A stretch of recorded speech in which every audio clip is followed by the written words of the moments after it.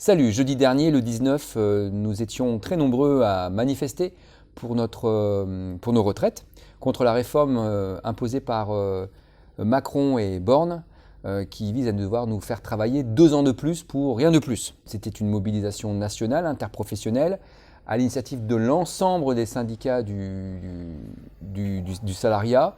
Et nous étions près de 2 millions dans les rues jeudi et 50 000 rien que dans les rues de Lille. Tout en sachant qu'à Valenciennes, Douai, Maubeuge, Avesnes, Cambrai et Dunkerque, la mobilisation était aussi très importante. On n'a pas vu ça depuis très longtemps, donc c'est un fait particulièrement remarquable et qui a été particulièrement remarqué d'ailleurs par le gouvernement qui, depuis, n'est plus aussi tranquille, même s'il a l'intention de continuer à battre le fer et à imposer sa réforme jusqu'au bout. Ça veut dire qu'il y a nécessité maintenant à enclencher la seconde et à devoir monter dans le rapport de force. Et pour ça, une nouvelle journée de mobilisation est prévue, et vous le savez puisque ça apparaît dans les médias, toujours à l'initiative de cette intersyndicale nationale, ce mardi, le 31 janvier, après-midi. Donc ce jour-là, il va falloir qu'on soit encore plus nombreux que le 19 pour pouvoir envoyer un signal important auprès de ce gouvernement. Pour cela, il faut que, ici au département, l'ensemble des collègues se mobilisent, fassent appel à leurs amis, à l'ensemble des membres de leur famille et se déplacent nombreux dans les manifestations qui sont organisées et notamment à la manifestation régionale qui a lieu à Lille à 14h30, porte de Paris, comme jeudi dernier. Il y aura aussi des manifestations, comme les dernières fois, dans les autres villes du département, mais l'important est d'être nombreux et en masse l'après-midi dans les rues de Lille.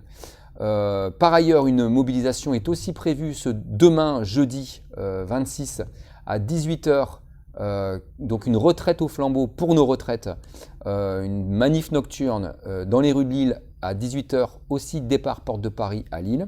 Nous pensons, et nous l'avons déjà dit, qu'il était important d'être nombreux dans la rue et que donc il valait mieux même être dans la rue sur du temps libre qu'en grève chez soi. Parce que Macron, il ne va pas venir compter le nombre de grévistes qu'il y a au département du Nord, il s'en tape. Lui, ce qu'il va compter, c'est le nombre de gens qui se seront mobilisés dans la rue et c'est ces chiffres-là, c'est ça qui compte réellement. Le gouvernement est tellement peu tranquille qu'une campagne médiatique est lancée depuis plusieurs semaines à travers plusieurs médias, et certains collègues nous ont alertés là-dessus, sur le fait que, paraît-il, si nous faisions grève une journée, ça serait un trimestre entier de cotisation qui volerait en éclats. C'est faux. Bien sûr, une journée de grève, c'est une journée non travaillée, donc non cotisée. Donc bien sûr, c'est une journée qui n'est pas prise en compte dans le calcul de la pension et dans le calcul des trimestres en termes d'annuité. Pour autant, un trimestre d'annuité étant de 90 jours, faire grève une journée ne vient pas amputer le trimestre entier, puisque le calcul des droits à la retraite, et notamment des journées non effectuées, non cotisées, se fait en fin de carrière et donc se rattrape. Ça veut dire que pour faire péter en éclats un trimestre entier de cotisation, il faudrait faire grève 90 jours continus. Et on est très loin, pour le coup, aujourd'hui de cet objectif-là. Donc, il est important de faire taire cette rumeur.